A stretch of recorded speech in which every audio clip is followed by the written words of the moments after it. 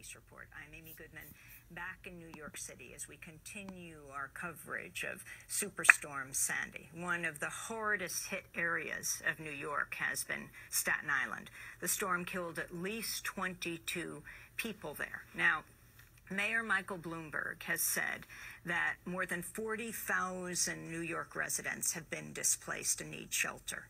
You know, that's interesting because more than 40,000 runners were expected to run the same number in the New York Marathon this weekend.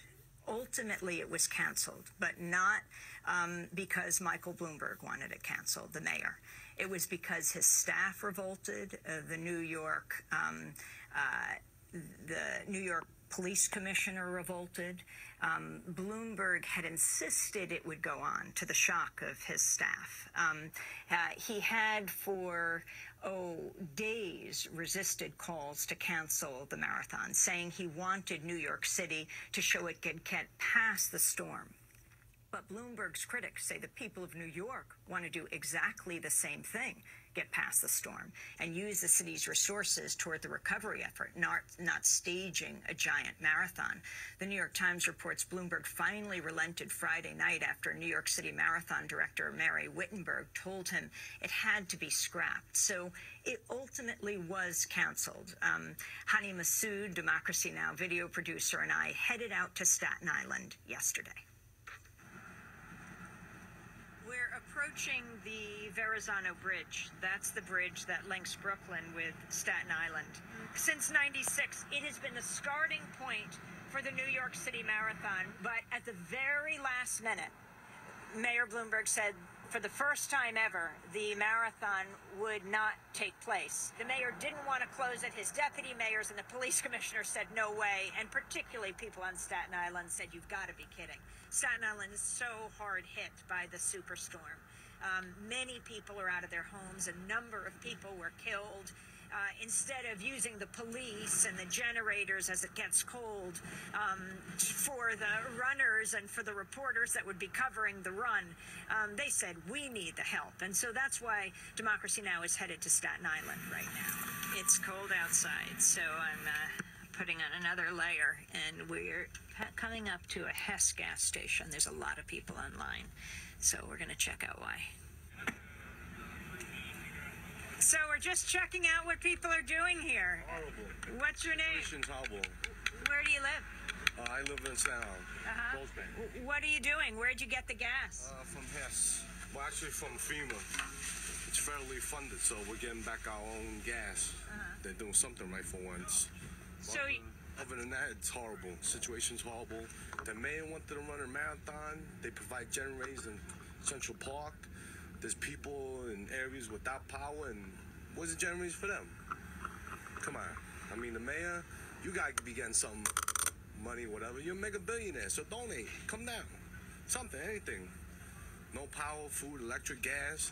One of my co-workers, he's been without power for like the past week.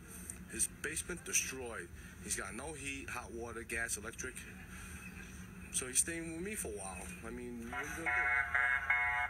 Let's keep driving down the road. We're just on the Staten Island side of the Verrazano Bridge. This is actually Fort Wadsworth, where the marathon would have begun. You see the empty tents. We've got just hundreds of porta potties that are lined up here. Hi. Were you working with the marathon?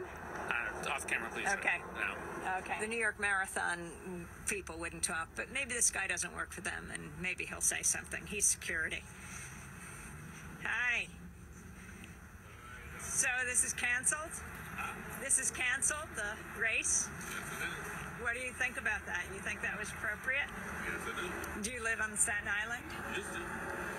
So why did they cancel it? Well, because of opposition between people. Some people wanted to cancel it, some people didn't want it. And there's a lot of pressure, I guess. And why do you think it's a good idea? It's a good idea because the mayor is supposed to be for the people of New York. And this is your backyard. You're supposed to take care of it. And what needs to be done here? Can you describe what happened on Staten Island? There's a lot of things. All you have to do is walk straight down here. And you're right here in the disaster zone. Okay, South Beach, Midland Beach, Ocean Breeze, everything. People out here with no food, no clothes, everything. Come on. And then you have all this water out here, all this food, generators. People need this. Hey. Was the food and water and generators right here? Was it set up for the marathon? The food and everything wasn't set up. Generators were here, water was here. That's quite an image of generators here at the start of the marathon, but now down the road. Right, exactly. But they woke up, they donated the stuff and everything. That was good. You have to take care of your home. You have to. So you used to live here? Oh yeah, I just moved last year. To where? To Brooklyn. Are you thankful you moved? You can say that. But I have a family that live in Far Rockaway, and they're going through the same thing. Can I ask what's happening? What's the word of your family in Far Rockaway? Well, they had to be evacuated. They're gone. We had to separate them. You know, some people had to get out of Far Rockaway to go to Jamaica, Queens. Some had to go to Brooklyn. Some had to go out to Long Island. Had to separate everybody. But making the best of it. We just kept driving through the streets, street after street of mass destruction. So here we are on Father Capodanno Boulevard. We're next to the Atlantic Ocean. These houses are devastated. The smell of oil coming from one house, they said the DEP was supposed to come. It's frightening. Also, a car rode up on a wave in front of this house, but there's some kind of oil tank below that I think could be very dangerous. Here, the family of Irina and others are trying to rebuild already. Another car floated up on their property. The rubble in the backyard, their couches in the backyard. The water came about 10, 12 feet up. My name is Irina. So what did you think of the marathon about to be run down the road? I was really happy they canceled it because we are staying over in Brooklyn, and if it will be marathon today, we don't have ability to come here because bridge is closed and everybody will be just stuck. So we just continue working today because they it's ran it. They just helped. I mean, they still ran the marathon. They just brought like clothes and some stuff gloves. like gloves and garbage bags, which is we really need some detergent, something. You mean runners came? Yeah, and helped you? Yeah. We are in the shadow of the Verrazano Bridge, not a mile from the Fort Wadsworth, where the marathon was going to begin. That's where they had the generators, that's where they had the lights, that's where they had the electricity and the food, and the water was planning to come until, as she said, the community rose up and said, how can you do it for them but not for us? But more, she said, it would have meant the closing of the bridges, and that's how they're going back and forth. That's how they're beginning to rebuild.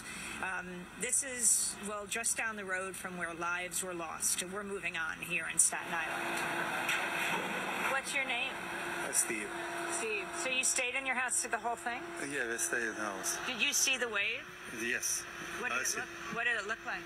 Oh, I came from my backyard inviting people and stay in the car, coming in the car, and the wave coming here. And I tell to them the car. And you saw people and told them to come into your house? Yeah. You went on the top floor? Yeah, on the top, on the third floor. Whoa, watch out.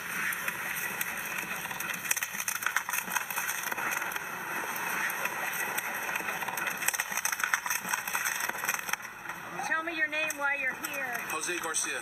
I'm a retired police officer from New York, and we're here with family and friends from Brooklyn.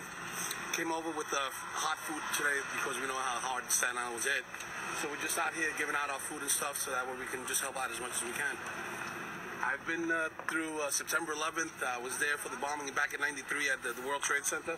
I've never seen anything like this. And I mean, everybody's coming together, and I think they're going to make it through this, you know? It's just going to take some time. What about the issue of global warming and climate change? I think it's changing. I think this may be just the first big one, and we may get something even worse as the years go by. As you've seen last year, it was a bad storm. This year got worse. You know, as the years go by, it seems like we're getting more and more, you know, destruction. Do you think we have to change our way of living, maybe be less dependent on fossil fuels to stop warming up the Earth? I'm not going to go there on that one. But, yeah, I think we should. I think we should find other means and ways of using other natural resources to heat up and for fuel and everything.